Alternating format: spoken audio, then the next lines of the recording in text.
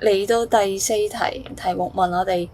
呢一個數字究竟如果做化簡嘅話會等於下邊 A、B、C、D 邊一個選項咯。喺 B 呢個選項呢，佢話係4個 significant figures， 咁但係其實呢度已經有6個 significant figures 啦，咁所以呢 B 就一定係錯噶啦。咁然之後喺 D 呢個選項呢，佢話有4個 decimal places 喎，咁但係呢度有5個 decimal places 啦，咁所以 D 都係錯嘅。咁我哋一齊嚟睇下，如果化簡做4個 significant figure 同埋4個 decimal places，A 啱定係 C 啱啦？睇下 A 呢個 option 先啦。4個 significant figure 咧就攞到230.0呢個位，咁然之後佢後邊嗰個4咧就係因為4捨5入嘛，所以咧我哋攞着數嘅時候咧佢就係230啦，咁所以答案係 A。咁我哋亦都可以一齊睇埋究竟 C 點解錯啦。